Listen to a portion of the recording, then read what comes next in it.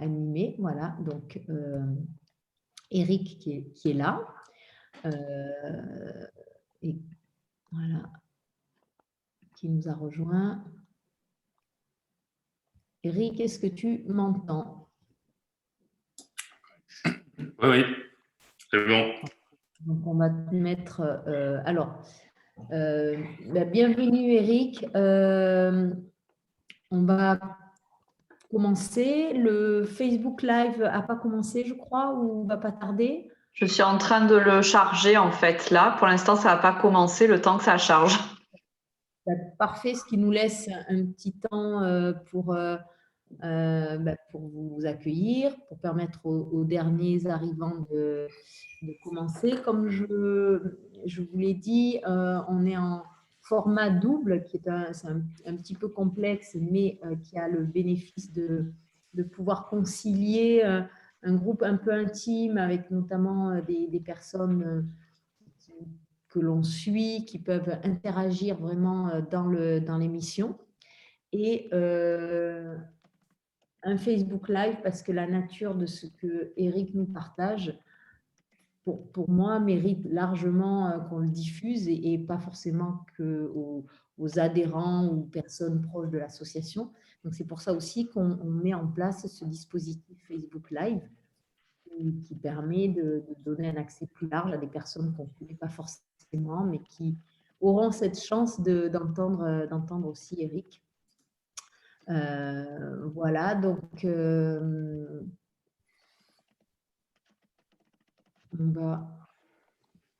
vais essayer de mettre... Je vais le lancer, le direct, si c'est bon pour vous. Ça, on commence. C'est bon? Non, on attend. Voilà, ça y est. Donc, bienvenue à tous sur ce Facebook Live avec Eric Dudoit, qu'on a le plaisir de recevoir avec nous. Un double dispositif avec des participants sur Zoom et des personnes qui nous suivront sur Facebook. Ce soir, on a souhaité demander à Eric de clôturer ces 2 jours que l'on a organisés autour du deuil périnatal, qui nous ont permis d'échanger avec de nombreux parents qui ont perdu des bébés ou qui en attendent et qui, du coup, sont dans ce rapport particulier naissance-décès, qui vivent un peu ce cycle de la vie où ils vivent à la fois le bonheur d'une naissance, mais qui peut parfois mal tourner, ou de perdre un enfant et d'être dans le désir d'accueillir de nouveau un enfant. Donc vraiment, ce sujet ce thème nous est apparu intéressant pour pouvoir faire réagir Eric, qui nous éclaire de tout ce qu'il peut vivre et expérimenter, nous apporter cet éclairage sur ce que vivent ses parents. Et même si ça parle aussi à bien d'autres qu'aux seuls parents touchés par le deuil périnatal, c'est pour ça qu'on a ouvert la conférence sur Facebook Live. Et on a choisi donc ce thème magnifique que Eric a formulé d'une très jolie manière, qui dit « Naître de la mort ou mourir de naissance ». Naître de la mort ou mourir de naissance. Et c'est de ce sujet que ce soir nous allons parler avec Eric, à qui je donne la parole. Un grand merci Eric d'être avec nous. Merci à toi Nathalie et merci au Point Rose. Bon, d'abord, je voudrais juste dire que je vais exprimer des choses, mais fondamentalement, je ne suis peut-être pas légitime parce que fondamentalement, en fait, je n'y comprends rien. Et comme ça, on commencera comme ça. Donc, si je dis des bêtises, eh ben, vous me reprendrez, vous me poserez des questions. Ce que je vous propose, c'est juste un tout petit appendice pour qu'on puisse parler, dont je vais mettre en 10 diapos très rapidement en substance notre conversation. Et après, on fait des questions-réponses parce que je pense que c'est ce qu'il y a de plus important. mais juste pour se mettre un peu, non pas en appétit, parce que ça serait malvenu, mais en imaginant. Et dans le sens où l'imaginaire n'est pas simplement de la fiction, il est une des caractéristiques de l'humain avec son néocortex, c'est-à-dire qu'il est capable de rêver des choses extrêmement belles et de les produire, comme il est capable des pires dystopies, donc des pires cauchemars dans lesquels il peut se perdre. Donc, juste un petit partage, si j'y arrive, d'écran. Juste un retour, est-ce que vous voyez le PowerPoint ou pas du tout? Alors, pas encore. Parce que je l'ai mis dans une autre... hop, alors, lire. Est-ce que là, vous le voyez? Non. Ah, voilà. OK. Là, j'ai partagé mon écran. C'est bon? Non. Alors.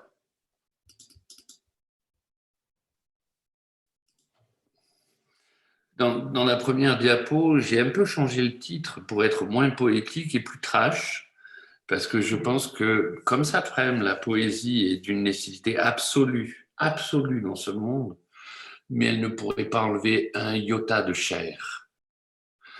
Et donc, on parle bien de la chose qui est la suivante, de la naissance à la mort et de mourir pour naître. Et ce n'est pas une métaphore, ce n'est pas une histoire de théologien, c'est juste une histoire vraie. Ensemble, je voulais partager le fait que nous autres mammifères, on a besoin de gestation. Et Françoise Ladolto, l'éminente psy, nous a dit une chose qui est quand même d'une importance absolue. Il y a chez l'enfant qui naît un impact de l'inconscient de ses parents sur celui de l'embryon au moment de sa conception ou qui marque le fœtus au cours de sa gestation. Et donc, ça, ce ne sont pas des mots de philosophe, encore moins des mots littéraires, ce sont les mots d'une psychiatre, d'une psychanalyste, psychothérapeute, donc quelqu'un qui a de l'expérience et quelqu'un qui dit les choses au nom de cette sacrée foutue science qui nous emmerde tant maintenant, mais ça c'est autre chose. Et l'enfant qui naît, eh bien, il est né du désir de ceux qui l'attendent ou pas. De toute façon, c'est une histoire d'inconscient. Lorsqu'on parle d'inconscient, là, je me dégagerai de Françoise. Je ne parlerai pas forcément de l'inconscient freudien, mais de l'inconscient plutôt jungien, en ce sens qu'à l'intérieur de nous, eh bien, nous baignons dans un flux de conscience dont nous n'avons pas conscience. Et que le moment de la conception, ce qui marque un fœtus, et toute la gestation, est déjà un aller-retour, une visitation, une oraison entre les parents et le jeune enfant. Et c'est bien pour ça que quand quelqu'un perd un enfant dans son ventre, ou quelqu'un perd un enfant au moment de la naissance, que ce quelqu'un soit mâle ou femelle, eh bien il a mal. Et s'il y a quelqu'un d'autre qui lui dit « ce n'est rien parce que tu ne l'as pas trop connu », c'est un imbécile, au sens fort du terme. Ce n'est pas une histoire de connaissance, l'amour, allons. Ce n'est pas non plus une histoire de grande camaraderie. L'amour, c'est l'amour. Ça ne vient pas avec le temps. Et je voulais partager avec vous les mots d'un poète que j'adore tant, en silence, John Keats, qui nous dit la chose suivante: « Je rêve que nous sommes des papillons, n'ayant à vivre que 3 jours d'été. Avec vous, ces 3 jours d'été seraient plus plaisants que 50 années d'une vie ordinaire. » Vous voyez, John Keats qui est mort si jeune, il n'avait pas eu besoin de faire de la psychopatho et encore moins de faire médecine ou autre doctorat. Il a tout compris. Un être humain, en fait, s'il rentre à l'intérieur de lui, il comprend tellement de choses qu'il n'y a nul besoin de diplôme pour saisir l'extraordinaire compétence de ce qu'est un être humain. La loi. nous sommes tous sous une loi. Cette loi, c'est une...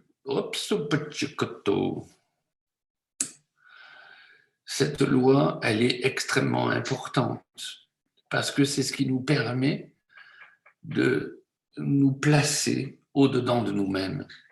Alors bien sûr, quand on dit la loi, nous les Européens, on pense la règle. Mais je vous rappelle qu'il y a une différence fondamentale entre la règle et la loi. La règle, c'est, par exemple, de payer ses impôts. C'est une règle. À aucun moment, c'est une loi. Si vous la transgressez, vous transgressez une règle, un petit peu comme vous trichez au Monopoly. Mais ça ne transgresse pas la loi. La loi, c'est quelque chose qui est bien au-dessus de nous. Et voyez ce que nous dit Placide Gaboury, qui est un Québécois. Il nous dit... Oh zut, je ne suis pas bon aujourd'hui, je vais être fatigué.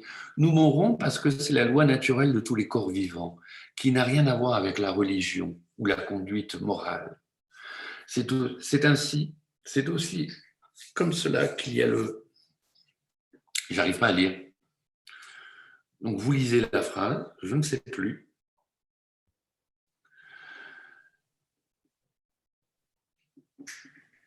Je vous laisse le lire, comme ça me permet de reposer ma voix un petit peu éraillée.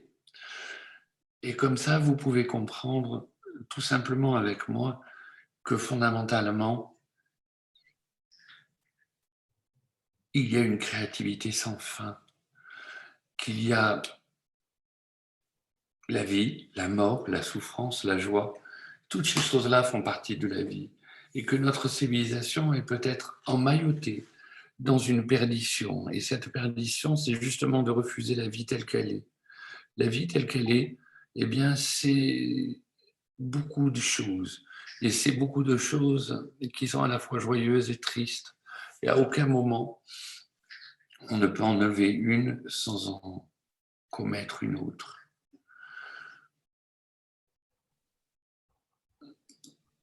J'avais envie de partager avec vous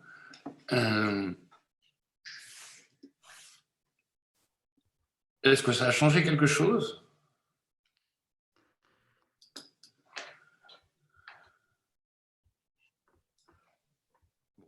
Non ? Oui. Vous voyez toujours le PowerPoint ? Oui. Là, oui.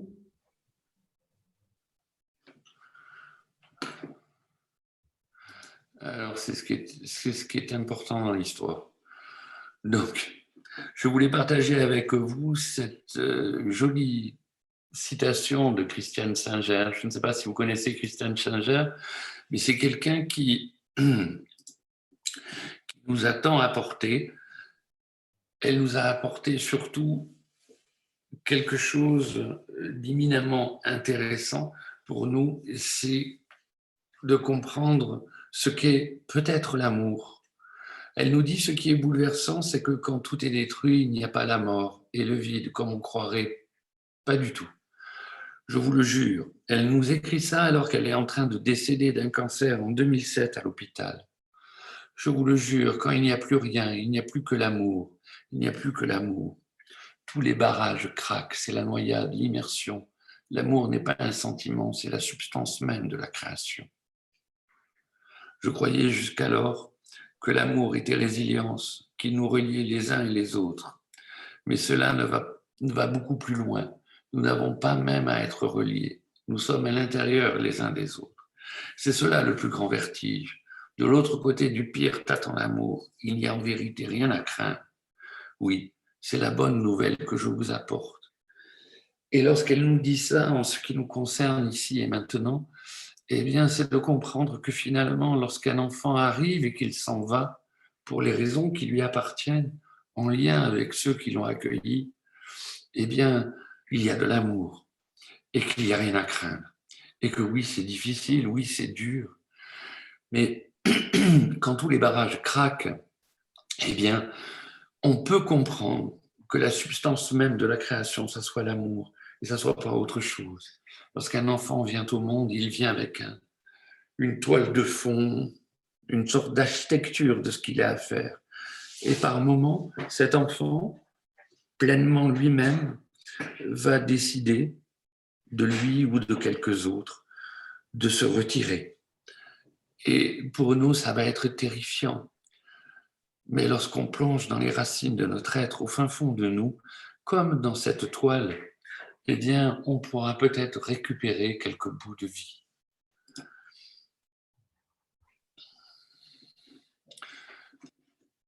La grâce des corps. Je vous laisse avec Satprem. Je dirais plus volontiers aux apprentis d'hommes que nous sommes. Vous êtes vêtus d'un certain scaphandre évolutif qui vous colle étroitement à la peau et au cerveau. Et à l'intérieur de ce scaphandre, vous avez un certain nombre d'idées d'illumination, de plaisir et de peine, d'ingéniosité scaphandrieuse et hasardeuse, de loi et de mort finalement. Mais en dehors du scaphandre, c'est autrement. Allez chercher la sortie. Si vous avez l'esprit d'aventure, c'est dans votre propre corps. J'ai mis du temps à comprendre ça. J'ai mis du temps à comprendre que c'est dans notre propre corps que la sortie se trouve. Et c'est peut-être ce que nous dit cette petite main dans une grande main. Et c'est peut-être ce que nous dit celui qui s'en va, si tôt, même des fois avant d'être fini, au sens où la naissance serait une finitude, car vous savez que le petit homme n'est pas entièrement fini au niveau de son évolution génétique pure.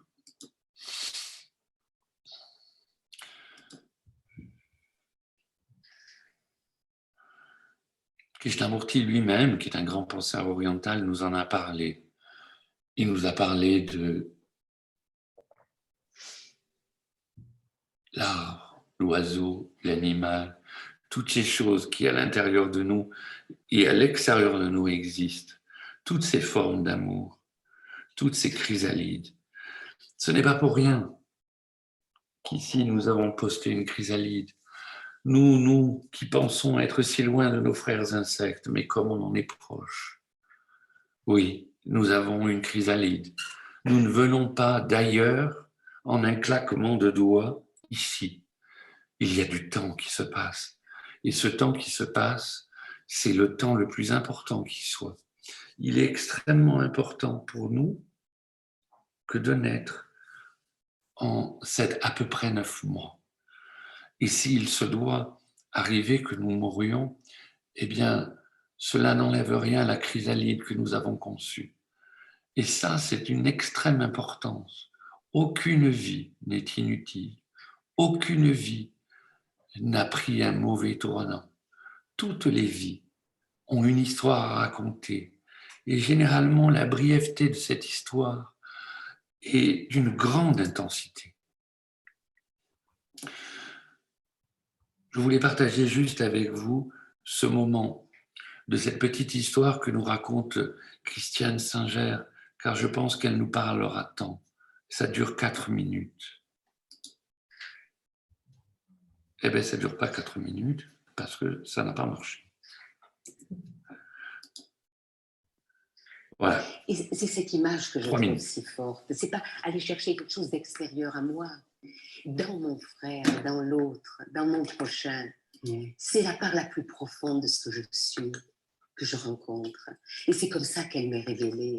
Et il est temps de retrouver cette relation-là. Et en même temps, vous dites quelque part, nous devons délivrer le monde de nous-mêmes. Vous racontez ce retour à Vienne d'un rabbi qui vit aux États-Unis. Ah oui, si vous permettez que j'évoque cette histoire, c'est une histoire de laquelle je termine un livre dans lequel j'ai mis beaucoup de moi-même, qui s'appelle Rastenberg, qui est l'histoire de cette étrange maison où je vis, où la vie m'a jetée, en somme. Et cette histoire m'avait tellement bouleversée, elle est à l'origine de l'écriture de ce livre. Un vieil homme, un vieux rabbin new-yorkais était venu à Vienne parler de la tradition dans un grand amphithéâtre de l'université. Et il était poignant, il était bouleversant de présence et de lumière. Et à un moment dans les discussions, ne voilà-t-il pas qu'une femme, à ma grande consternation, et là aussi c'est une leçon extraordinaire, que c'est souvent l'irritation, ce qu'on voudrait à tout prix éviter, qui crée après un fruit extraordinaire et considérable. Même là, nous n'avons pas à juger de ce qui est beau, de ce qui n'est pas. Elle a posé une question de cet ordre. Pourquoi avez-vous attendu 50 ans pour revenir dans la ville où vous êtes né? Alors, je me doutais pourquoi il n'était pas retourné. Bon. Mais cette question, dans sa vulgarité première, ou dans ce qu'elle avait de heurtant, nous a valu cette réponse extraordinaire. Et ce vieil homme a dit, vous voulez vraiment que je vous réponde, madame? Je suis un très vieil homme et je vais bientôt faire le passage. Et je me suis demandé dans la profondeur de mon être, qu'est-ce que je pourrais faire pour aider ce monde comme il va? Qu'est-ce que je pourrais faire encore de ces jours qui me restent à vivre? Et la réponse est venue fulgurante. Ne laisse aucune trace de ta souffrance sur cette terre si tu veux vraiment faire quelque chose pour ce monde.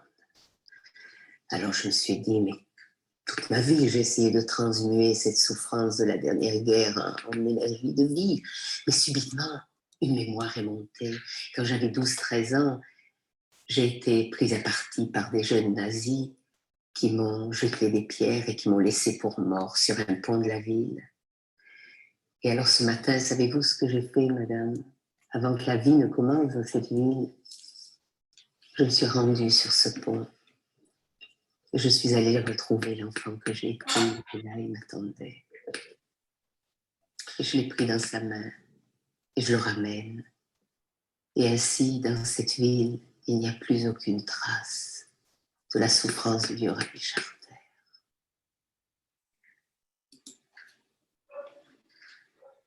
Lorsque le thème de cette journée a été...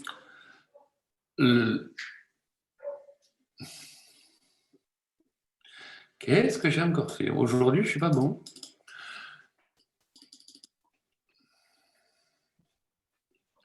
Nous y revoilà. Ce que nous dit Christiane Singer dans cette magnifique parabole et histoire, c'est l'histoire justement périnatale. À chaque fois, on pense que ce qui est périnatal vient autour de la naissance, péri en grec. Mais la naissance, ce sont des naissances. Et bien évidemment, ce qu'a vécu ce vieux rave, eh bien, concerne ce que nous vivons si nous perdons un enfant au moment de la naissance. Ce qui est important, c'est ce qu'elle nous dit. Elle a été jetée là. Alors, c'est une parole amusante, puisque c'est une parole d'un monsieur Heidegger. Le Dasein est jeté là, voué à la mort. Ce qu'il est en train de nous dire, c'est que si on n'y prend pas garde, on a l'impression que ça ne fait pas sens. Or, s'il y a bien une chose qui est avec du sens, c'est la vie. Et je dirais bien avec mon ami Daniel Meroy cette chose suivante. Pourquoi a-t-on peur de la mort? Parce qu'on a peur du changement. Parce que l'on confond notre cerveau et notre cœur, qui puisent avec la conscience qui les anime. Parce que l'on n'a pas non plus appris à admettre qu'il y a entre mourir et mûrir une étroite parenté. Que sais-je? Que sais-je de la vie de mon frère? Combien elle aurait duré? Que sais-je de la vie de mon frère si elle n'a duré qu'une minute?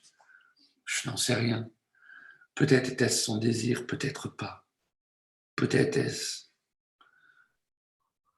autre chose, mais en tout cas, je dois en faire du sens.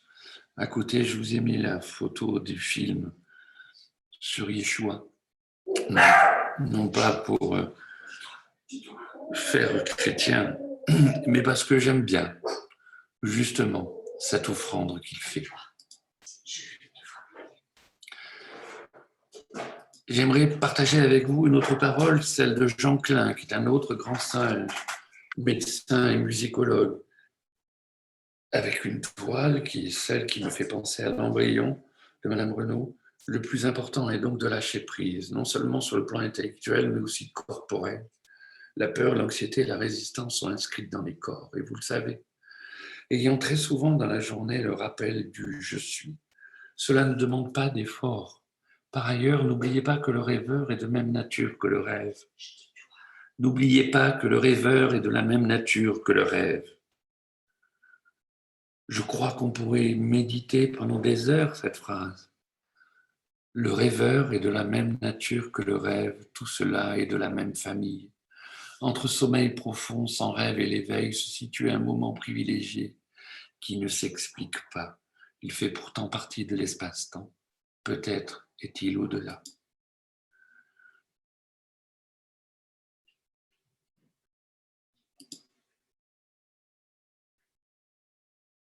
Ce matin, en pensant à ce soir, voici ce que je me suis dit dans un fragment de vie. Ainsi, je m'en suis allé. On dit de moi que je n'ai pas vécu parce que, mort-né, je suis allé rejoindre mon monde. En fait, je n'avais que cela à faire.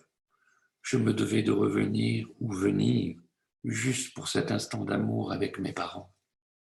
Cessez donc de bavarder et de parler sur mon voyage, car c'est le secret du cœur de nos vies. Laissez-nous aimer encore et encore ce lien indéfectible. La mort est une naissance.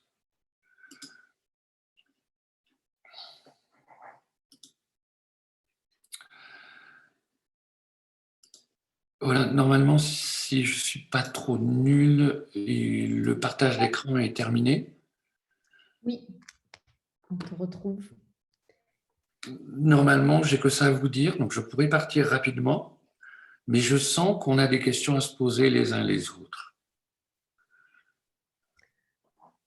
Et je ne saurais énoncer un autre mot sans que vous partagiez les vôtres, que cela soit question, que cela soit référence, que cela soit juste envie d'énoncer quelque chose de votre expérience ou de votre imaginaire.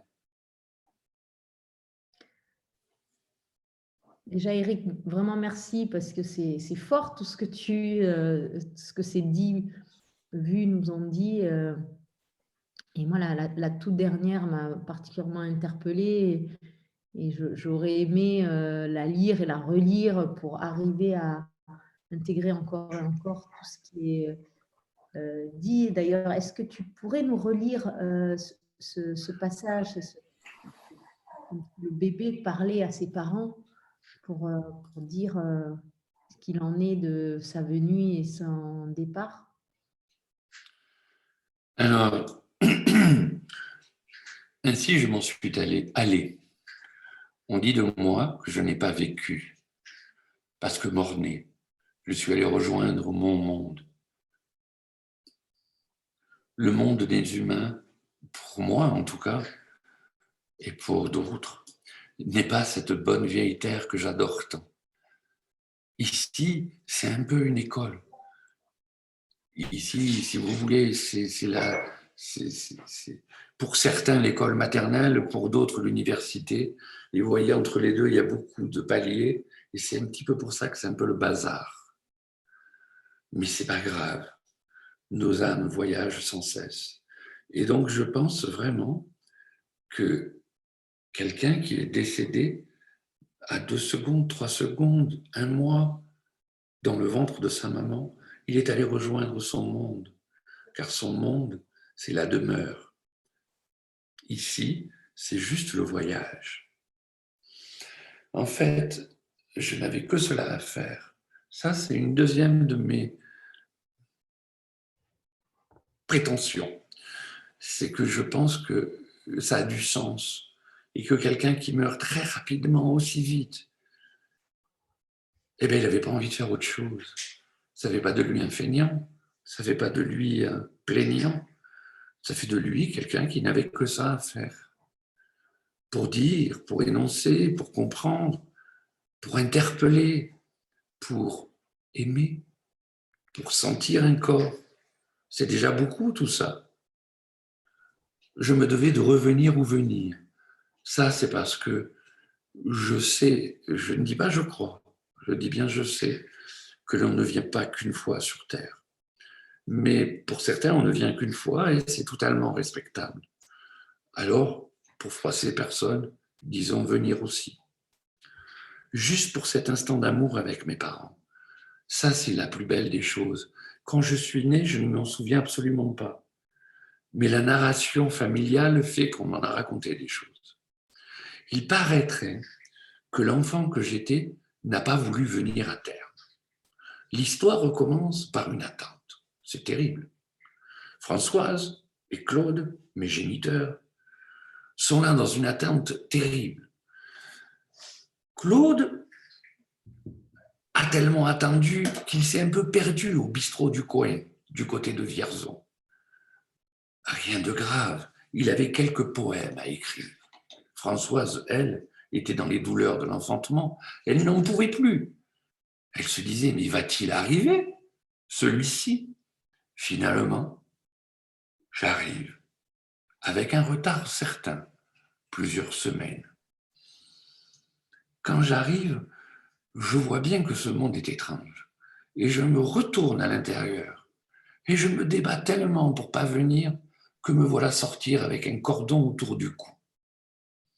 Le médecin, voyant ceci, happe rapidement ce petit corps, enlève ce doux cordon, le coupe et tapote les fesses de ce sale gamin qui ne voulait décidément pas venir. J'étais d'une couleur assez sympa, elle était violette. Et comme je ne voulais pas venir, je n'ai pas respiré. Alors, n'en pouvant plus, il tapait de plus en plus fort et j'ai enfin pris ma respiration. Et peut-être que là, tout aurait pu s'arrêter. Mais je pense que on est venu me dire, t'inquiète pas. Ça va être un peu hardcore, parce que la vie, c'est ça, mais t'inquiète pas. Alors, je suis resté. Juste pour cet instant d'amour avec mes parents. Moi, je ne les connaissais pas, Claude et Françoise. Ou du moins pas dans ces termes-là. Quand je suis arrivé, moi, il me fait peur. Maintenant, ça va. Cessez donc de bavarder et de parler sur mon voyage. Si je vous raconte cela dans l'intimité de mon être, c'est parce que j'en ai décidé ainsi. Mais je n'aimerais pas que quelqu'un en parle. Après tout, c'est ma vie.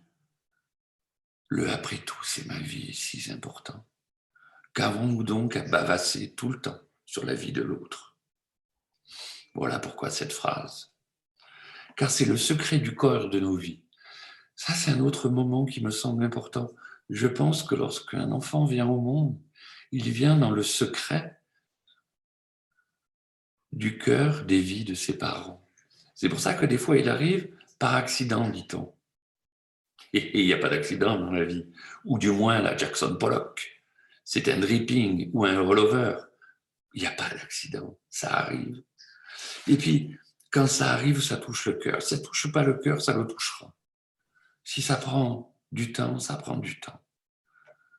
Laissez-nous aimer encore et encore ce lien indéfectible. Quand une maman accouche d'un enfant, il y a un lien indéfectible qui se crée. C'est pour cela que lorsque l'enfant s'en va, il y a une douleur incommensurable, une vraie déchirure. Parce que, je vous le répète, l'amour, ce n'est pas une histoire de temps. C'est l'ipséité de l'instant. Et la mort est toujours une naissance. Quand Adèle est morte, ici, elle est née ailleurs.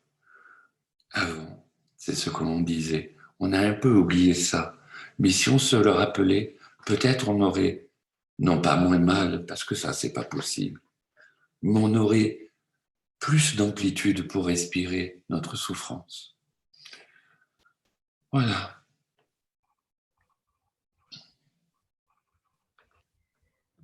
Merci beaucoup, Eric. On a toujours un peu de mal à reprendre la parole et merci de nous laisser cet espace parce que je pense que même s'il faut peut-être laisser un peu de temps à chacun de réagir, je suis sûre que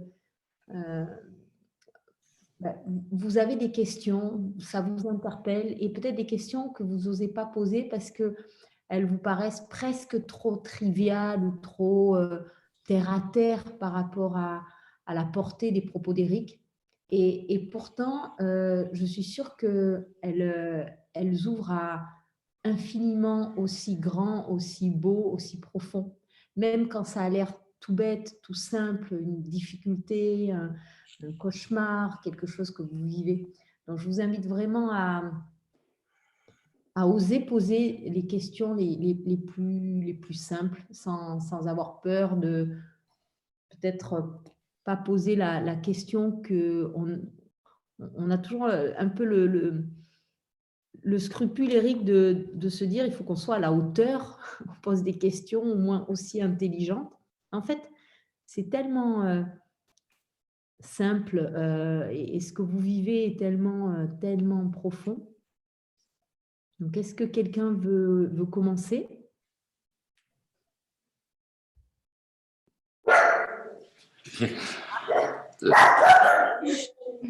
Olaf, on t'a rien demandé.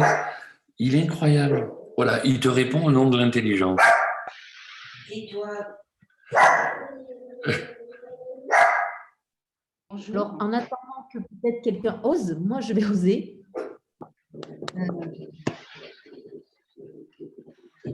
J'ai un peu l'impression, et dans les partages qu'on peut avoir avec les parents qui ont perdu des enfants, que au moment qu'une partie d'eux est morte avec leur enfant. Et ils le disent souvent. Moi, au mieux, ils se sentent amputés. Au mieux, ils ont l'impression d'être un peu morts avec leur enfant.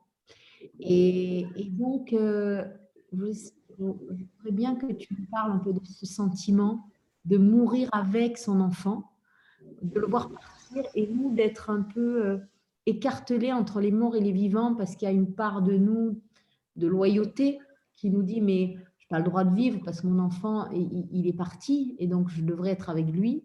Et donc, si je suis ici, comment je peux être encore en vie et parfois d'être un peu ce mort-vivant qui se cherche, ça permet d'être dans cet entre-deux. Voilà, je ne sais pas si d'autres parents se retrouvent dans ce sentiment. Mais qu'est-ce que tu pourrais nous dire sur ce sentiment? Alors d'abord, ce n'est pas un sentiment, c'est une vérité. C'est-à-dire que c'est un acte, c'est de la chair. Quand on perd un enfant, j'aime pas ce terme-là parce que en même temps, quand on perd, on peut retrouver, c'est pas mal.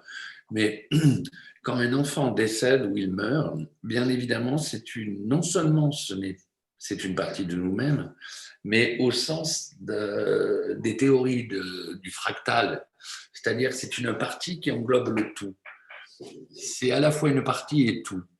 Et c'est vrai que ça nous rappelle que nous sommes que très évanescents et inconsistants dans ce monde. C'est pour ça que c'est extrêmement dur. C'est qu'en fait, avec cet enfant, tout se passe comme si vous aviez pris la vie d'une telle manière et d'une telle intensité qu'on vous a fait une initiation extraordinaire. Cette initiation extraordinaire, c'est de comprendre, un, que tout est relié, et deux, que la déréliction existe. Alors le mot déréliction, c'est un terme qui veut dire non lié, mais je préfère déréliction. Enfin bon, on s'en fout de toute façon. Donc c'est ce double mouvement. Mais c'est vrai que la chair de la chair, et que pour une maman ou un papa, parce que souvent on dit une maman, mais un papa c'est exactement la même chose, il y a quelque chose de cette cellule primordiale qui a formé l'enfant. Je vous rappelle qu'un enfant, ça naît d'une cellule.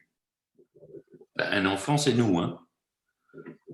Ça, c'est extraordinaire. C'est-à-dire qu'en fait, on est une cellule, et cette cellule, elle va commencer à faire des méioses, des mitoses, elle va se répliquer, en ce moment, c'est la mode, elle va commencer à bouger, etc., jusqu'à former un agglomérat qu'on appelle une morula. Et avant même de pouvoir exprimer quoi que ce soit au niveau de la matière, quelque chose va se mettre à pulser. Et ce quelque chose qui se met à pulser, ce n'est pas la pompe du cœur, parce que le cœur n'est pas encore formé. Mais ça va devenir le cœur. Ça fait...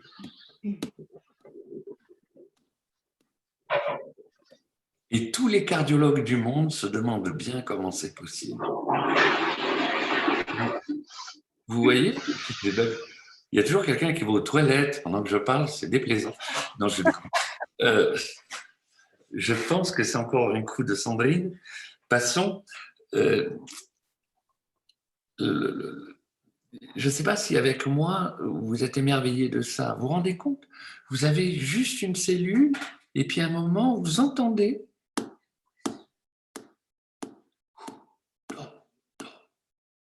Mais ce n'est pas une pompe. Ce n'est pas le bruit du cœur au sens où il pomperait quelque chose.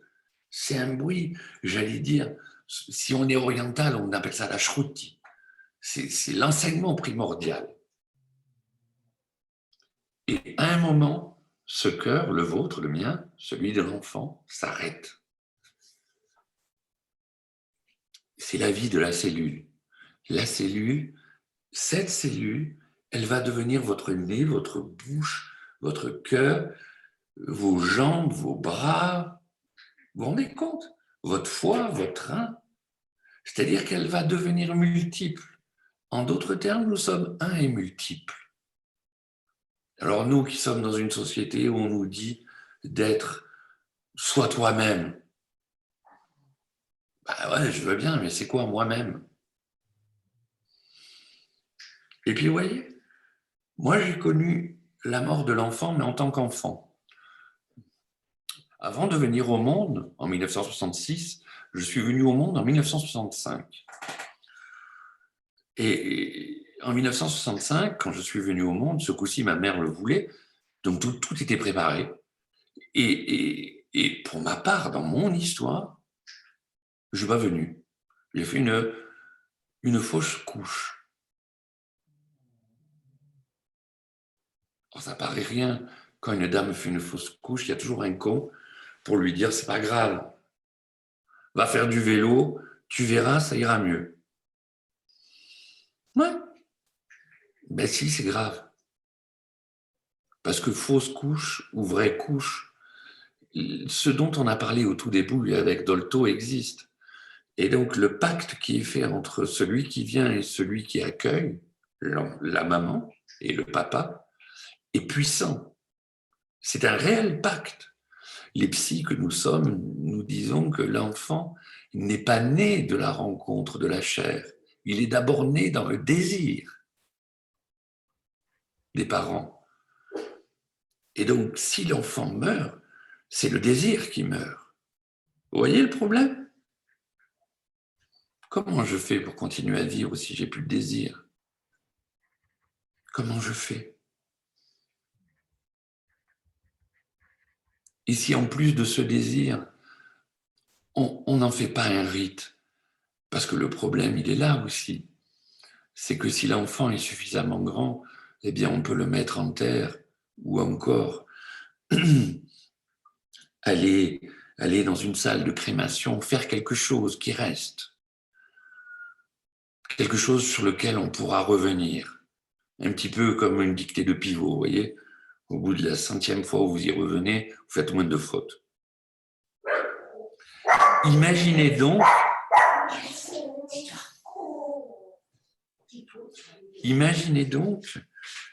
qu'il n'y ait pas de sépulture, qu'il n'y ait pas de lieu de rencontre, que lorsque cet être meurt, notre société lui dise « finalement, tu n'étais pas un être ».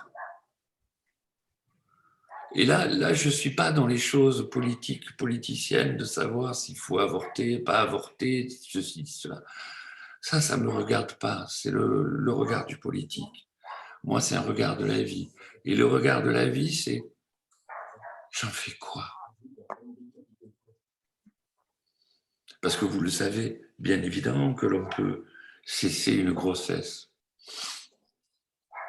en accord avec soi-même et celui qui n'est pas désiré. Bien sûr, il n'y a ni mal ni bien.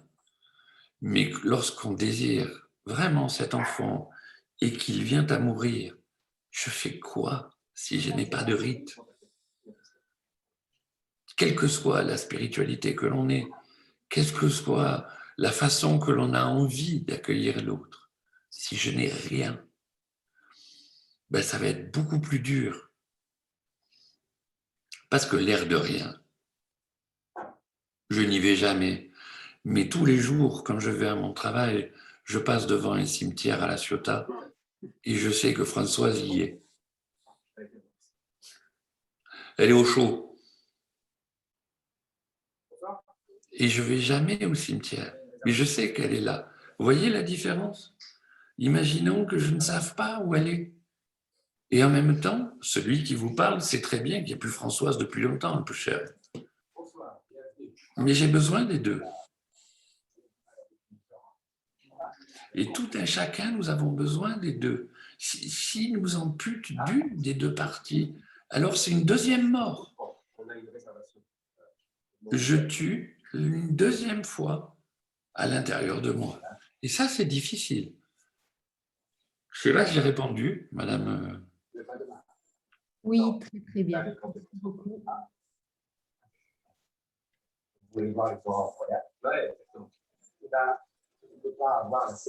Moi, j'avais une question. Oui. Bonjour Eric. Bonjour Claudia. Bonjour à tous.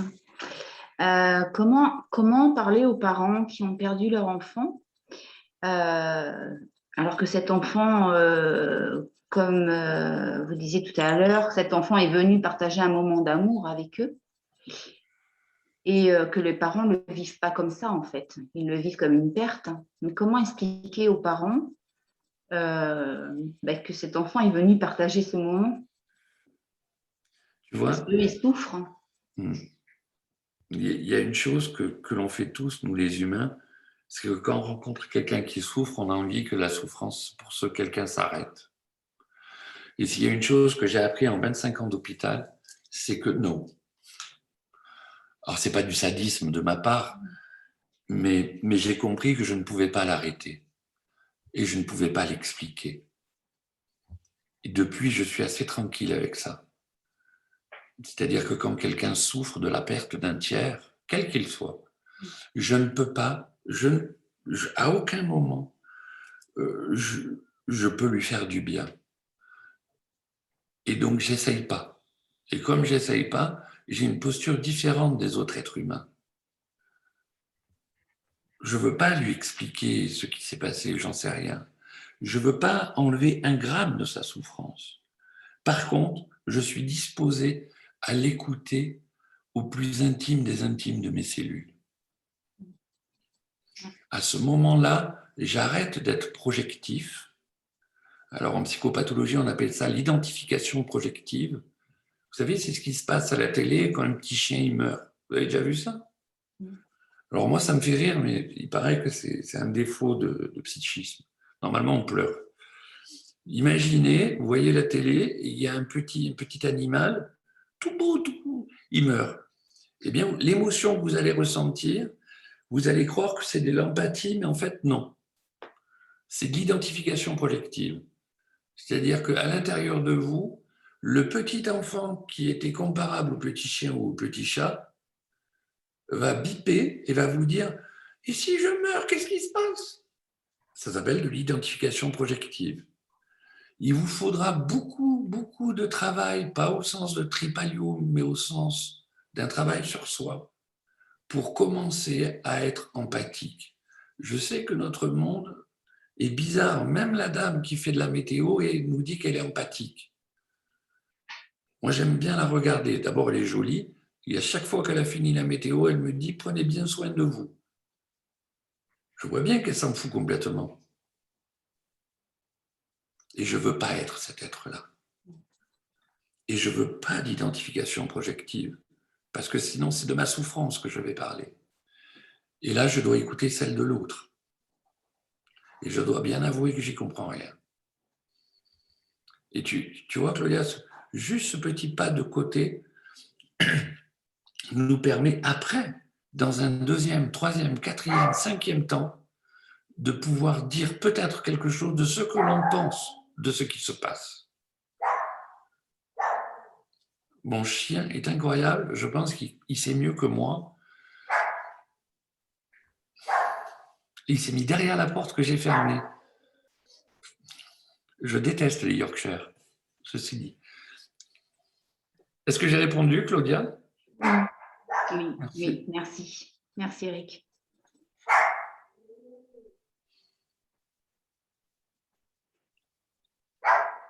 Bon, il va falloir que j'aille le chercher. Donc,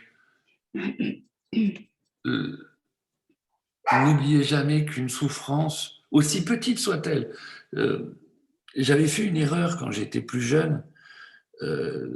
J'avais ma fille que j'ai adoptée, qui est la fille de ma femme, et donc elle avait un vélo comme tous les minots, et dans un virage, elle est tombée. Donc, bien évidemment, la tarte à la crème que je suis, j'étais avec un copain, et quand elle tombe, je suis mort de rire. Je suis extrêmement mort de rire. Et la petite, ça la blesse. Martine, on t'entend plus que le chien maintenant. Je fais comme tu veux, mais ma femme, qui n'a pas compris qu'on entendait tout à la maison. C'est bon. Et donc, là, à ce moment-là, j'ai fait une terrible erreur, c'est-à-dire que je n'ai pas pris en considération que pour une petite fille, tomber sur le goudron et avoir un peu le genou écorché, c'était la pire des choses qui arrivait à un instant T. Il a fallu beaucoup de temps pour que je comprenne que la douleur de l'autre, eh bien, était à prendre en considération. Je pense qu'on a tous fait cette erreur à un moment ou à un autre.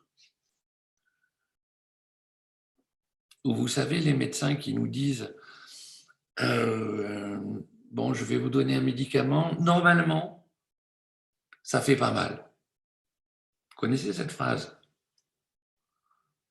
À ce moment-là, vous vous dites, ça va partir en quenouille. Ou l'infirmier qui vous dit, ah bon, vous avez encore mal? C'est pas normal. Toutes ces choses-là que l'on fait de manière, c'est pas méchant, hein, mais c'est nier la douleur de l'autre. Et c'est pareil quand un monsieur ou une dame travaille beaucoup et qu'il rentre chez lui et il voit son conjoint ou sa conjointe sur le canapé et il dit « je suis fatigué ». Et lui, ce qu'il attend, parce qu'il est bête, il attend que l'autre lui dise « ah bon, ah ben dis donc ».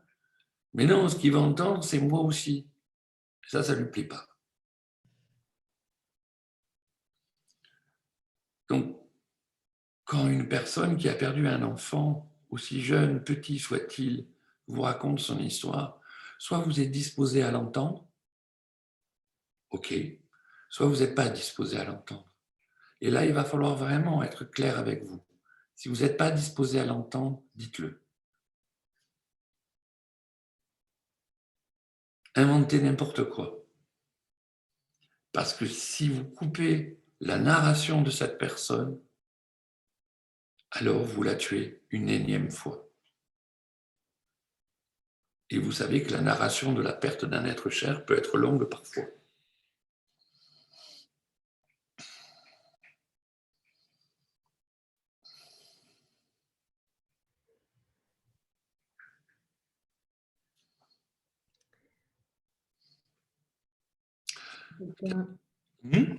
Question. Osez vos questions parce que ça permet vraiment à Eric après de... Bonjour.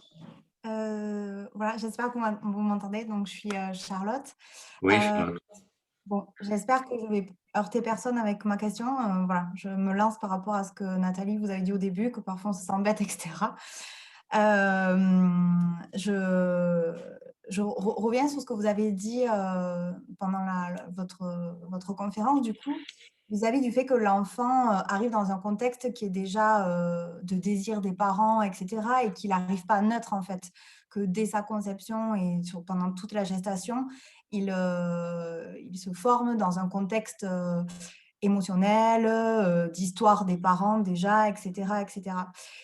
Et du coup, je me posais la question de savoir est-ce que c'est pas culpabilisant pour les parents, en fait, du coup, d'entendre des choses comme ça, c'est-à-dire de se dire presque, est-ce que malgré eux, dans leur inconscient, ils n'ont pas amené cet enfant à, du coup, je ne sais pas, des malformations, ou vous voyez, que du coup, la naissance ne se passe pas bien, ou voilà, ou de même qu'on pourrait dire parfois à des parents qui n'arrivent pas à avoir d'enfants, ou la maman n'arrive pas à tomber enceinte, on va dire, mais oui, mais bon, le psychologique joue beaucoup, etc. Est-ce que du coup, ce n'est pas une vision qui peut être culpabilisante pour les parents de se dire que, de façon inconsciente, ils ont pu amener cet enfant à ne pas naître? Voilà. Alors, vraiment, c'est pas une question bête, c'est une question hyper intéressante.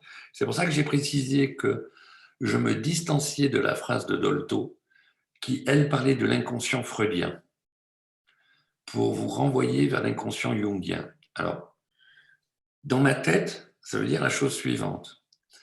Quoi que vous pensiez, faisiez au niveau de vos pensées au moment de la gestation de l'enfant, au pire, vous le faites chier. Au pire. Vous n'avez pas la faculté toute puissante d'abîmer un embryon, psychiquement parlant. S'il faut faire taire quelques langues médicales, il faut faire taire quelques langues psychologiques aussi. Je pense que la psychologie, certes, est importante, j'en ai fait mon métier, mais il faut arrêter de faire de la petite psychologie. Et bien sûr que si j'ai des pensées mauvaises envers mon enfant, mais même quand il est plus grand, du style « putain, je serais mieux s'il n'était pas là », c'est pas le top. Mais ça ne fait pas de mal au niveau de la chair. Nous n'avons pas la possibilité d'abîmer la chair avec nos pensées. Ce qui se passe lorsque l'on tombe malade, c'est que la chair elle-même commence à dire des choses. Vous voyez la différence? Et donc, une maman ou un papa qui perdent un enfant, ce n'est absolument pas de leur faute. Quand bien même, ça serait un dysfonctionnement de la chair de la maman ou du papa. Ça n'a rien à voir. C'est en ce sens que c'est extrêmement complexe, au sens de la complexitude et non pas au sens de compliqué. C'est de bien comprendre que le corps, après 2000 ans de judéo-christianisme, doit être remis au goût du jour. Mais pas comme on le fait à l'heure actuelle en disant « je vais faire du sport pour être bien ». Non, j'ai un corps et je ne fais pas du sport pour être bien. Je fais du sport parce que le corps le demande. Il en est de même lorsque je suis une maman ou un papa et que l'enfant meurt. L'embryon qui ne se développe pas jusqu'à son terme, il n'est pas sujet aux aléas émotionnels de maman et de papa. Sujet au sens où ça agirait comme une cause. Vous voyez? C'est-à-dire qu'il y a bien une action, on pourrait dire même une rétroaction de l'émotion, mais pas comme une cause. Par exemple, dans la vie de tous les jours, il y a un monsieur qui traverse devant moi en dehors des passages cloutés. Il m'oblige à freiner brusquement. On est sur Sakakini. Et là, de moi, sort la plus grande des injures. « Oh, fin cool !» Et je le déteste d'un coup. Et le mec, il tombe. Putain, c'est de ma faute. Vous voyez? En fait, non. Il a juste trébuché. Par contre, je peux me saisir de cette expérience pour me dire peut-être il faudrait que j'arrête de m'énerver, de conduire vite en ville. C'est tout. Est-ce que vous voyez la différence maintenant, Charlotte? Parce que c'est important de se dégager d'un poison. Il y a deux poisons pour l'esprit. Il y en a un qui s'appelle la peur et l'autre qui s'appelle la culpabilité. Sur ces deux poisons, l'État et l'Église, et maintenant la science, assument leur pouvoir sur votre être. Mais ce n'est pas vrai. Vous n'êtes ni coupable et il n'y a pas à avoir peur. En disant cela, je ne dis pas que vous n'allez pas souffrir. Merci. Merci à vous.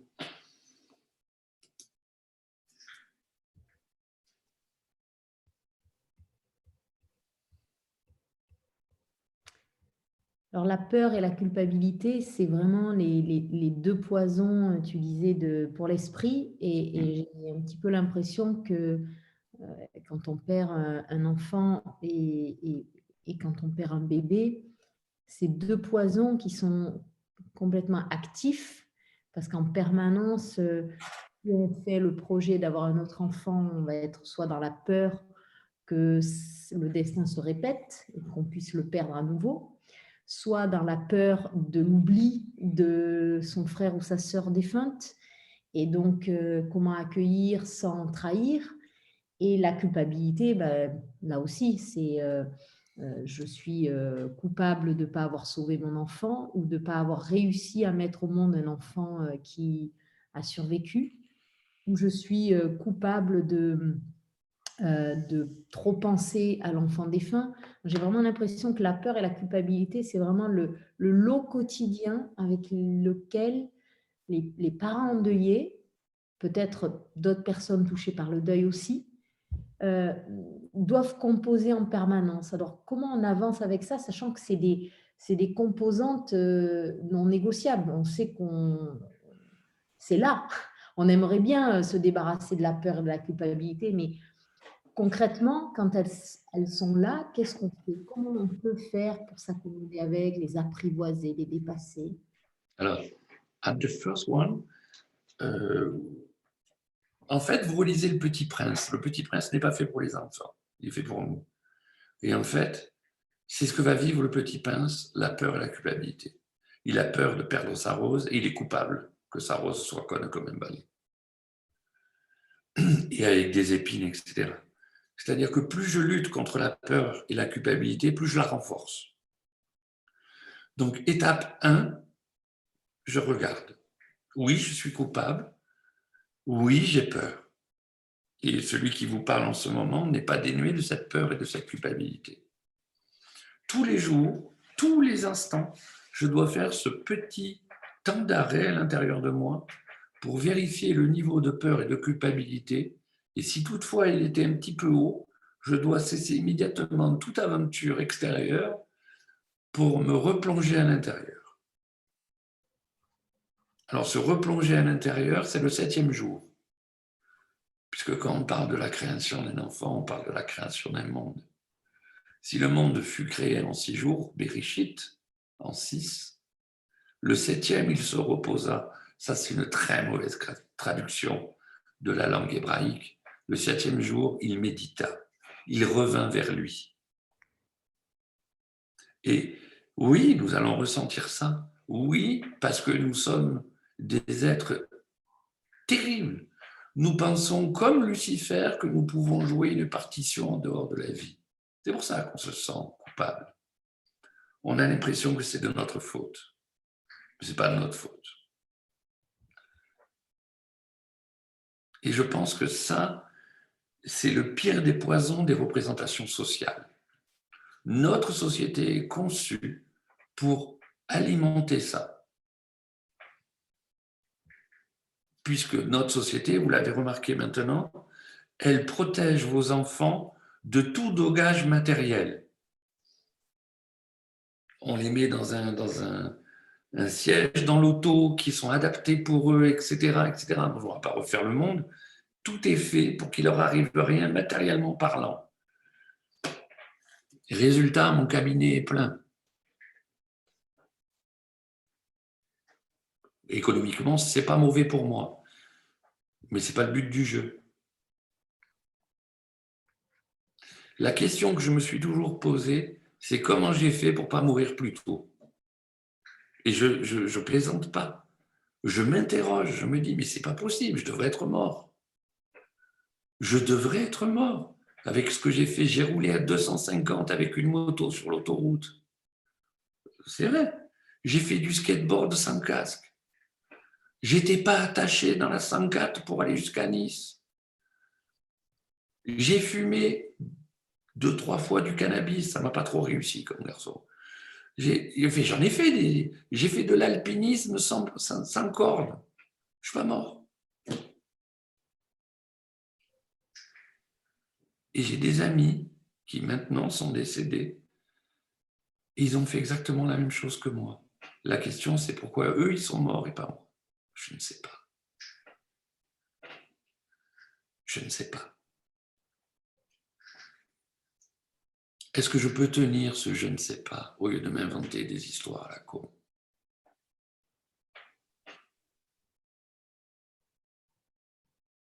Cette semaine, j'étais à l'hôpital. À l'hôpital, on a un cluster. Parce que maintenant, on parle anglais, parce que foyer, ça fait minable. Si je vous dis on a un foyer, c'est petit. Cluster, ça fait mieux. Donc, on a un cluster en soins palliatifs. Et vous vous rendez compte? 4 personnes sont décédées. 7 soignants sont testés positifs. Et d'un coup, je vois tout le monde qui s'agite comme des petites puces. Il a fallu que je gueule. Enfin, que je gueule. Quand je gueule, pensez bien que je gueule pas. Mais que je leur dise, maintenant, on arrête les bêtises. Les personnes qui sont mortes, oui, sont mortes du Covid, oui. Mais elles avaient combien de temps à vivre? Et puis les infirmières, pourquoi Isabelle a le Covid et que Manuela n'a pas le Covid? C'est des noms inventés. Hein. Alors qu'Isabelle et Manuela ont fait les mêmes protocoles. Alors Isabelle qui a le Covid, elle dit, j'ai dû faire une bêtise. Et on recommence. Et voilà. Et puis là, elle se dit, mais putain, tant j'ai le Covid depuis 4 jours et je suis allé voir grand-mamie. Et on recommence. Je crois qu'il faut qu'on grandisse, nous les humains. On ne maîtrise pas ces choses-là. Si demain j'ai le Covid, je ne sais pas comment je l'attraperai. Je vais faire en sorte de ne pas l'attraper. Mais je ne sais pas. Eh bien, c'est pareil pour la vie. Je vais faire en sorte que mon enfant naisse, qu'il soit le plus beau possible. Je vais faire en sorte que dans mon désir, dans mon amour, que quelque chose, et s'il meurt, j'y suis pour rien.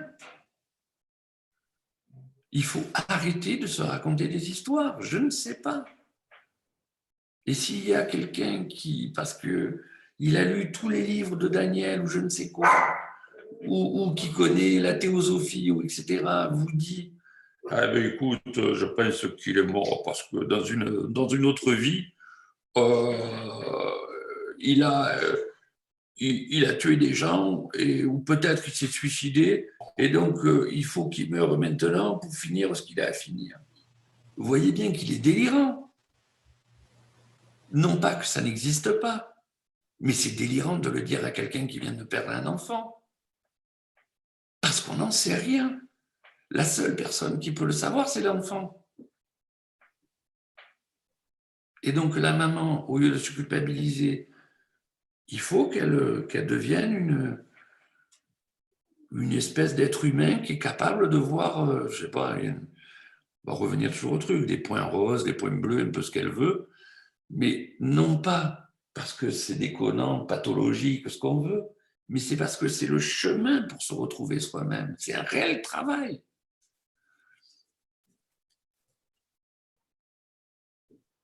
Le York que vous avez entendu tout à l'heure, il s'appelle Olaf. Eh bien, il y a quelque temps, il avait un frère qui s'appelait Amadeus. Amadeus est mort il y a 2 ou 3 ans, je ne sais plus. Et Amadeus était la perle de cette famille entre Martine, mon épouse et moi. Eh bien, lorsqu'il est mort, ça nous a déchirés. J'avais pas de mots. On l'a enterré. Ou si vous m'aviez vu, vous m'auriez dit, mais il est con, celui-là, il écrit des bouquins sur les EMI, il ne se rend pas compte. Et je me rends bien compte que la mort, c'est la mort et que j'en souffre. Et lorsqu'il est venu Olaf, la première des tentations qu'on a eues tous les deux, c'est de se dire, c'est la réincarnation de Amadeus. Mais c'est ni vrai ni faux, c'est juste ce qui nous a permis d'accepter Olaf. Point. Vous voyez ce que je veux dire? C'est ça qui est important. C'est en ce sens que la matière, c'est la matière. Et nous n'avons pas à la dénigrer, nous avons à l'ennoblir. C'est notre chair que nous devons monter aux cieux. C'est ce que j'aime dans le christianisme et dans les religions du livre. C'est qu'on ne bafoue pas, il n'y a pas de césure entre la matière et la non-matière. On prend le tout et on l'emmène en haut. On a du boulot. Surtout qu'en faisant 8 kilos, il y a plus à porter.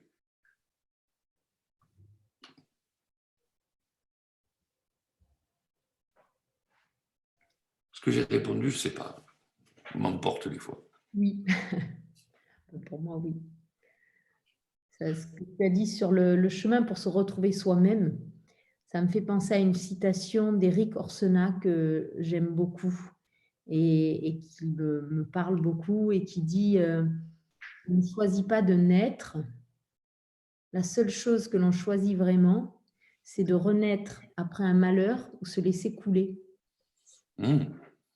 Et je trouve qu'il y a une forme de choix de renaître à soi-même, sans doute, peut-être à ce que l'on est, ou sans se mentir, sans chercher à être quelqu'un d'autre que juste celui que l'on est, auquel nous contraint la confrontation à cet abîme qui est la mort d'un enfant, et qui n'a pas de sens, et qui nous fait mourir à une certaine forme peut-être d'innocence ou de naïveté ou de choses que l'on pouvait se raconter, à savoir qu'on pouvait contrôler la vie.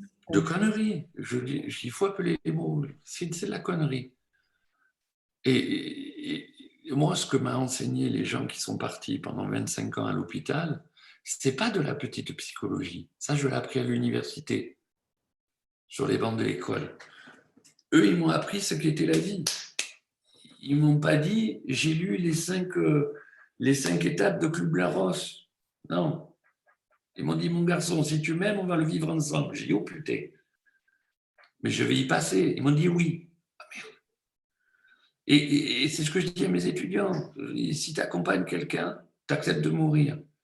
C'est aux antipodes de ce qui est enseigné à la fac, mais je m'en fous. Parce que si tu n'acceptes pas de mourir, tu n'es pas dans l'empathie, tu n'es pas dans la compassion. Je sais qu'on n'aime plus ce mot, il est trop crétin. Mais c'est le seul mot valable. Sinon, je suis une espèce d'huître qui ne dit rien et qui est juste capable de dire « je vous entends, c'est dur, je comprends ». Non, je veux être vivant dans la relation. Quand quelqu'un meurt et qu'il me parle de sa grand-mère, je m'intéresse. Je me dis qui c'était cette grand-mère. Et il va me parler, elle était morte ou elle n'est pas morte. Et puis, il y a plein de choses qui se passent. Et quand un enfant meurt, c'est pareil. Bien sûr qu'un petit bébé, je vais avoir du mal à poser des mots avec lui. C'est con, un bébé, ça ne parle pas, au sens où nous l'entendons. Mais ça parle, au sens où la vie l'entend. Et une maman, j'ai toujours été surpris, une maman, c'est la quintessence des maîtres de conférences, des chercheurs. Nous, on est obligés de faire des essais en double aveugle, de faire des hypothèses pour savoir pourquoi un enfant chouine. La maman le sait. L'enfant chouine, elle dit « il a faim ». Même le papa, il dit « quoi ?» Il a faim. Parce qu'à l'intérieur de nous, quelque chose est inscrit. Et par moments, c'est mal inscrit. Donc la maman se trompe. Ça, c'est génial. C'est juste pour montrer à la maman qu'elle n'est pas toute puissante. Et comme le dit Winnicott, qu'elle est suffisamment bonne, qu'elle n'est pas toute puissante. Et il faut vraiment que nous travaillions cela. On n'est pas tout puissant. Vous voyez, ce soir, moi, j'avais prévu mon PowerPoint, je me suis planté 2 fois. Après, on avait tout prévu avec Martine pour que le chien n'aboie pas. Bien sûr, elle a aboyé. Mais c'est ça, la vie. En fait, la vie, c'est pas maîtriser les accidents, c'est être heureux qu'ils se produisent. Je vois Nathalie. Nathalie, si tu notes, tu mets du doigt 2021. C'est important pour la suite. J'ai adoré Jackson Pollock, c'est pour ça que je vous en ai parlé. Je ne sais pas si vous connaissez ce peintre extraordinaire qui peignait d'immenses toiles, etc. Et on avait l'impression qu'il jetait de la peinture comme ça, que ça n'avait pas de sens. Mais en fait, il était toujours en transe. Et lorsqu'on a calculé avec des instruments physiques la densité de matière, peinture, qui était déposée sur la toile, on s'est aperçu que quand c'était des œuvres d'art, Dixit Pollock, il y avait toujours la même densité à 0,3 points près. C'est fou, hein? Sur des toiles de 5 sur 3. Hein? Donc, il y a un truc impossible à faire. Et Pollock, comme c'était... Bon, il aimait bien boire un peu. Quand je dis un peu, c'est C'est un peu, beaucoup. Et toute sa vie, il a dit « je nie l'accident ». Pour lui, il n'y avait pas d'accident dans cette toile, parce que tout le monde se foutait de sa gueule en lui disant « c'est n'importe quoi ». Il dit « non ». Et vous savez de quoi il est mort? Ben, d'un accident de voiture. Et c'est ça qui me plaît dans la vie. C'est qu'elle nous attrape toujours pour nous apprendre avec douceur. Enfin, là, ça fait un peu mal, mais quelque chose. Et donc, oui, la culpabilité, oui, la douleur, oui, la souffrance, oui, la peur, bien sûr. Mais moi, ma mère, elle m'a coûté 10 ans de psychanalyse avec ces conneries. Tellement elle m'a foutu les jetons. Et oui, une maman qui a toujours peur pour son petit, qu'est-ce qu'elle en fait? Elle en fait un hypocondriaque ou un peureux ou un ce que vous voulez. C'est pour ça qu'il faut qu'il y ait un papa. Alors, quand je dis papa, maman, c'est papa, maman, environnement. C'est pas forcément les géniteurs, c'est pas forcément le sexe. C'est-à-dire qu'il faut qu'il y ait 2 paroles pour l'enfant. Une parole où il a besoin de câlin et de rassurance, et une parole où l'autre lui dit « Non, là, je pense qu'il faut que tu mettes les points, mon garçon. » Et de manière culturelle, c'est papa et maman au sens du sexe, mais c'est juste de manière culturelle. Il y a des mamans beaucoup plus courageuses que des papas. Et c'est le papa qui câline et c'est la maman qui va au front. Qu'importe. Et puis des fois, ça change dans le cours du temps. Mais il faut qu'on ait ces 2 choses à l'intérieur de nous. Et c'est pour ça que j'aime beaucoup Satprem. Satprem nous dit des choses inouïes. Il nous dit l'expérience que j'ai de Mauthausen, c'est des bruits dans le couloir. Et si les bruits de pas s'arrêtaient à ma porte, ça voulait dire que j'allais mourir. Vous vous rendez compte, il a tenu ça. Et il le dit, il était dévasté. Il était tellement dévasté qu'il est parti de tout. Il n'a pas passé de diplôme, il n'a rien fait. Tellement on est dévasté. Perdre un enfant, c'est cette dévastation. Et en même temps, c'est ce qui permet, peut-être, d'illuminer sa vie et celle des autres. C'est dans ce peut-être que notre choix est. Il n'est pas dans l'acte, il est dans la façon de regarder. Mais ça, tous les psys vous diront, ce n'est pas le virage qui est dangereux, c'est la façon de le prendre. C'est pas faux.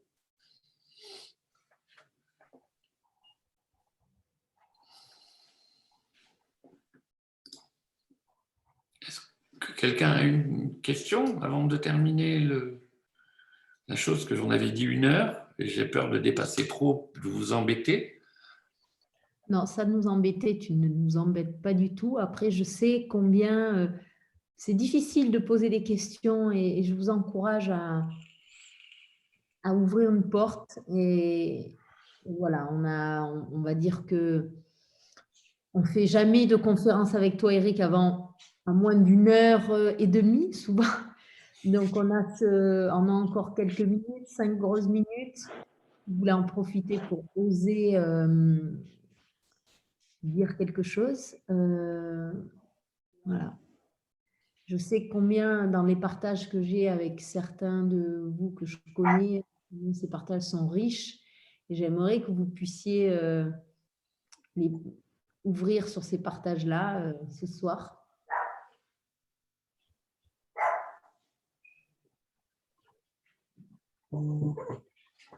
Eric, si jamais tu avais... bonsoir, j'ai pas mis la caméra, j'ai la serviette sur la tête. Hein. Je suis là. C'est juste pour te dire, si tu avais un conseil à donner aux parents qui sont face à cette... comment te dire, ce désarroi, cette culpabilité, comme j'ai entendu un peu Charlotte parler tout à l'heure, si tu as un conseil, parce qu'on ne sait pas où trouver la ressource. On sait, grâce à Nathalie, que la ressource, elle est en nous. Mais ce n'est pas évident. Ce n'est vraiment pas évident de la trouver. Et est-ce que toi, tu as un conseil, je sais que tu es beaucoup pour la méditation, tout ça.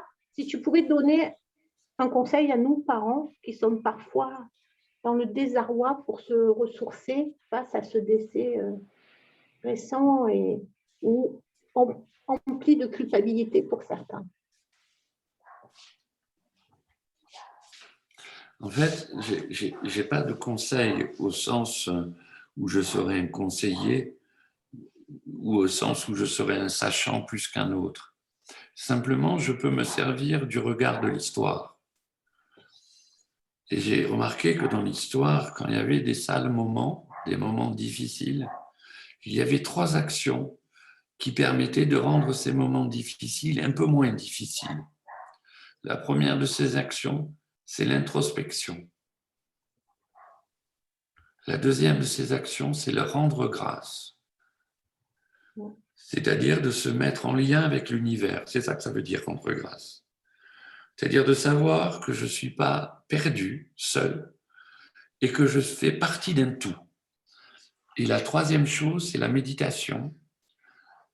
La méditation, alors pas au sens où l'entendent les religions, la méditation où l'entend les traditions autres. Alors si je fais une différence entre une tradition et une religion, c'est parce que la religion devient très vite un opium. Une tradition, c'est juste une chose à suivre pour un moment donné. Et feu ma grand-mère, qui était une grande méditante, le faisait avec 2 aiguilles à tricoter. D'autres le font en marchant, d'autres méditent. Il y a des millions de façons de méditer. Dans le christianisme, la méditation est bien souvent comparable à une lecture. Dans l'islam aussi. Et dans le judaïsme aussi. Mais cela n'exclut pas non plus le retour vers soi. Mais un retour vers soi dans l'amour. Si le retour vers soi, c'est mea culpa, ben mea culpa. Si maintenant le retour vers soi, c'est du style François des Oiseaux, du style Rumi, du style Ravi Ishmael, du style Srinivasa Nisargadatta Maharaj, style, voilà, de tous ces hommes-là, c'est un retour sur soi plein d'amour. Oh, mon père, mère, me voilà perdu. Je ne sais plus, j'aime. Mais combien de fois j'ai fait cette prière? Et tout le monde peut la faire, avec ses mots à lui. Et de temps en temps, on peut s'aider des mantras, pourquoi pas? Des sutras, pourquoi pas? Des mandalas, pourquoi pas? Tout est fait en ce monde pour que nous grandissions. Ce n'est pas fait pour nous rapetisser, c'est fait pour nous faire grandir. Une fois qu'on a compris cela, au sens qu'on a connu cela, alors une douce joie et paix vient, quand bien même on est dévasté.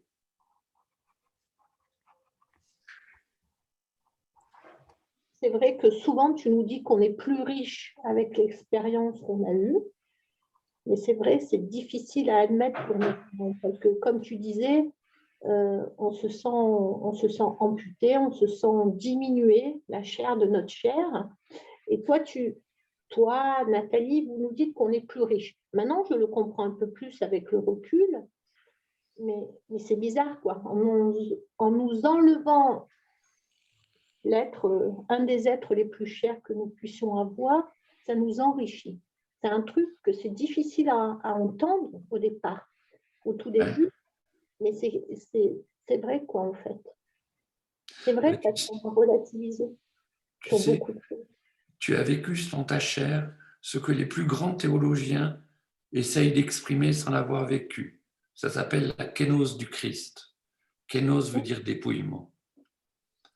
Qu'est-ce que vous croyez que pensait le Christ lorsqu'il était dans sa geôle et qu'on l'avait flagellé? Vous pensiez qu'il était là en disant « Bon, moi, je suis le Fils de Dieu, les gars. Il n'y a pas de souci. Ça va aller. » Non. On ne triche pas avec la vie. Pareil pour Mohamed. Qu'est-ce qu'il a fait quand il était dans sa grotte et que ses ennemis le cherchaient? Et qu'une araignée avait tissé une toile et ses ennemis n'ont pas pu aller dans la grotte le récupérer. Voyez toutes ces histoires qui ont fondé nos sociétés. Ce sont des histoires qui nous parlent à nous. On doit se les approprier. À quel moment la vie t'a parlé? Et des fois, elle te parle alors que tu as la gorge pleine de sang. Pour autant, elle te parle.